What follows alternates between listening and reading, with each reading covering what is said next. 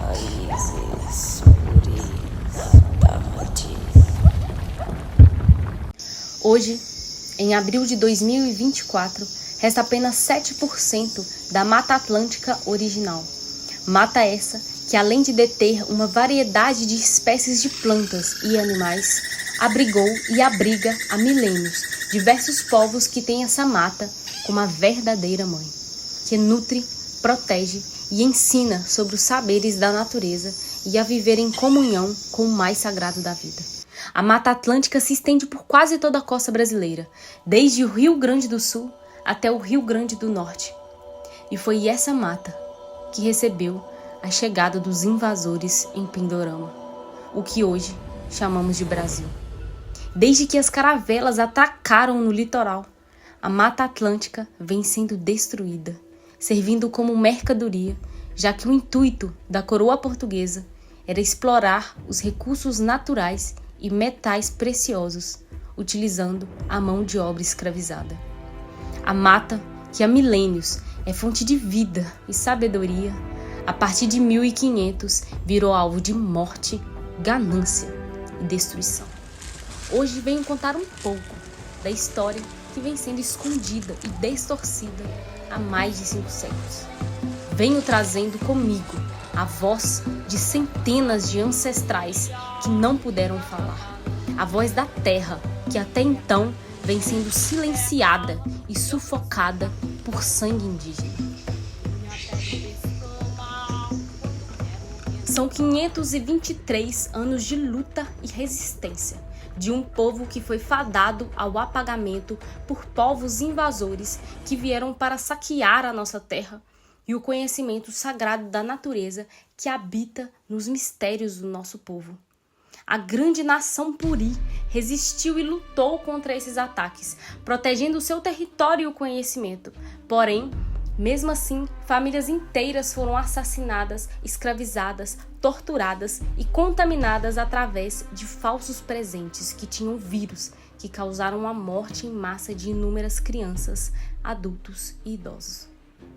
Logo no início da colonização, em 1570, foi criado pela coroa portuguesa o Tratado da Guerra Justa, a qual deixava legalizado a morte e a escravização indígena desde que os indígenas não aceitassem sair de sua terra ou atrapalhasse o processo de colonização, ou não aceitassem a imposição da fé católica.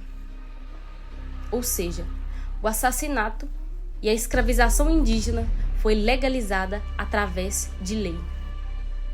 Além disso, houve um incentivo de sequestro de mulheres puri e principalmente ao abuso sexual, que ficou conhecido como pega a laço, no intuito de ter mão de obra escrava barata e também para miscigenação forçada, a fim de ir apagando aos poucos a existência do povo, criando junto disso o termo pardo e mestiço, onde os filhos, fruto desse estupro, já não seriam mais considerados indígenas. Estratégia pensada e criada pelos portugueses e colonizadores para apagar a identidade dos povos. Afinal, a partir do momento que o povo não existisse, a terra ficaria livre para seu povo. A resistência atravessou os séculos.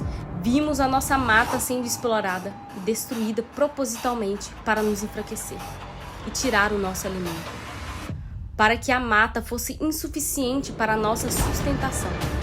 Junto da destruição dessa mata, foram criados aldeamentos jesuítas a fim de prender o povo puri, catequizando de forma hostil e violenta, impondo a religião e costumes católicos europeus. Isso era o mesmo que apagar a nossa existência, pois além da violência, não poder viver e cultuar a nossa verdade, a nossa cultura e a nossa crença era como a morte. Esses aldeamentos nos faziam ficar como os mortos-vivos, apenas existindo. A nossa resistência continuou, e para os que foram sequestrados e escravizados, a luta continuou para fugir dessas prisões. Muitos de nós conseguiam, mas a maioria não. A luta se estendeu por todo o território onde habitávamos, inclusive na zona da Mata Mineira, um território que hoje é conhecido como a cidade de Raul Soares. Até o final do século XVII, a zona da mata era uma área proibida pela coroa, conhecido como o Sertão Mineiro. Ficou intacto, uma medida protetiva que a coroa utilizou para evitar o escoamento e ouro roubado. Em meados do final do século XVIII, houve um enorme incentivo da coroa em populacionar e extorquir essa área. A exploração do ouro já estava perdendo a sua força. E o melhor território para essa implantação era a zona da mata, o Sertão Mineiro, área com mata ainda nativa e solo fértil. O povo puri ocupava grande parte desse território. Porém, não imaginávamos que após 400 anos de perseguição, não estávamos livres. Uma nova guerra se iniciaria, tendo como principais exploradores também os sertanistas, colonizadores ainda mais perversos, já que o modo de exploração e escravização foram se aperfeiçoando através dos séculos, ganhando ainda mais força e aliados, vindos não apenas de Portugal, mas também outras partes da Europa, uma vez que as notícias sobre essa terra fértil já havia se espalhado ainda mais. E a coroa portuguesa também tinha interesse em pagar dívidas com outros países. Incentivou também a vinda de outros europeus para explorar o Brasil, a fim de diminuir suas dívidas internas. A agropecuária se tornou a mais nova fonte de renda, iniciando com a exploração de terras para plantio de café e cana-de-açúcar. O povo puri que ali habitava foram sendo caçados, torturados, assassinados. Foram tirados de suas terras. E após o terror, os que sobreviviam foram escravizados fortemente, pois eram a mais barata fonte de mão de obra escrava.